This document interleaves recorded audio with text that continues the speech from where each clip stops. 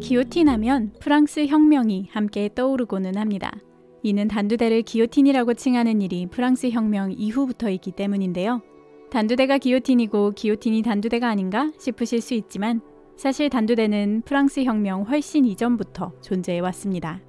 영국 요크셔의 헬리팩스 마을에서 1286년부터 사용한 헬리팩스 지빗부터 1307년에 아일랜드에서 비슷하게 처형된 기록, 스코틀랜드의 메이든, 이탈리아의 마나이아 등 칼날이 떨어져 사람을 죽음에 이르게 하는 기계는 오래도록 존재해 왔습니다.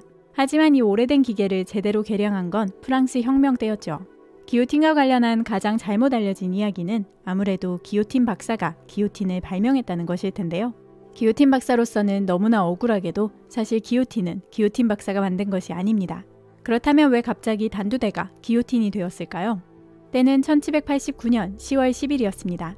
사형 반대론자였던 기요틴 박사는 당장 사형을 하지 말자는 주장이 통하지 않는다면 적어도 모두가 공평하고 고통 없는 죽음을 받을 권리가 있다고 믿었습니다.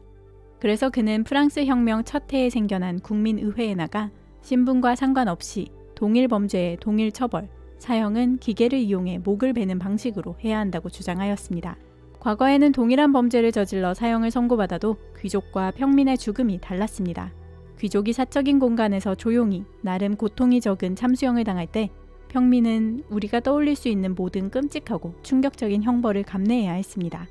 더욱이 이런 죽음은 수많은 관중이 흥분한 표정으로 지켜보는 가운데 치러졌죠. 그렇기에 기요틴 박사는 사형을 아예 철폐할 수 없다면 적어도 신속하고 공평하고 통증이 적다고 여긴 기계를 보는 사람이 적은 사적인 공간에 설치하여 이용하자라고 주장한 것입니다.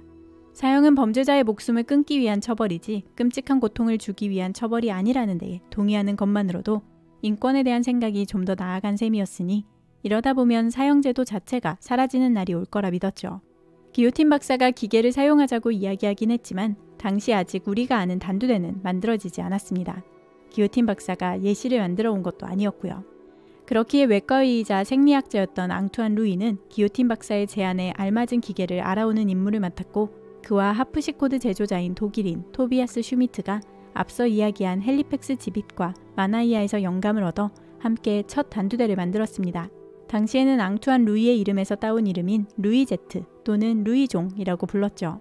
당대의 유명한 사형 집행인인 샤를 앙리 상송의 기록에 따르면 초반에 이 기계는 다른 기계들처럼 반달 형태의 날을 달고 있었으나 기계 덕후였던 루이 16세의 제안으로 대각선 형태의 칼날이 채용되었다고 합니다. 이렇게 완성된 단두대는 시신 대상으로 한 몇 차례의 성공적인 실험 끝에 1792년 4월 25일에 처음으로 노상 강도를 처형하는 데 사용되었습니다. 하지만 루이제트란 이름은 거의 사용되지 않았습니다. 기계가 나오기 전인 1789년 12월 기요틴 박사는 이 주장을 다시 한번 반복하며 이 기계를 사용하면 눈 깜짝할 사이에 목숨이 달아납니다. 느끼지도 못할 거예요. 라고 말했는데 이를 듣던 사람들이 순식간에 빵 터지며 한바탕 폭소를 터뜨렸습니다. 이렇게 신나게 웃던 사람들 중에는 훗날 단두대에서 눈 깜짝할 사이에 목숨이 달아난 이들도 있었죠.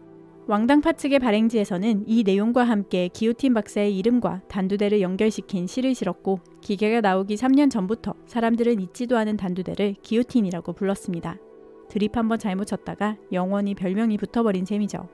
참고로 단두대와 기요틴 박사에 관한 또 다른 잘못된 이야기로는 기요틴 박사가 기요틴에서 죽었다는 루머가 있습니다. 하지만 이 역시 사실이 아닙니다. 그는 1814년 75세의 나이로 집에서 사망하였습니다. 시대를 앞서가는 생각을 했던 기요틴 박사의 진정한 업적은 단두대를 발명한 것도 단두대에서 죽은 것도 아닌 바로 우두 접종법을 발견한 에드워드 제너의 천연두 예방 접종을 지지하고 프랑스에 소개한 첫 프랑스 의사 중 하나라는 점입니다. 때문에 기요틴 박사는 단두대가 기요틴이라고 불리는 것에 대해 평생 불쾌해했습니다.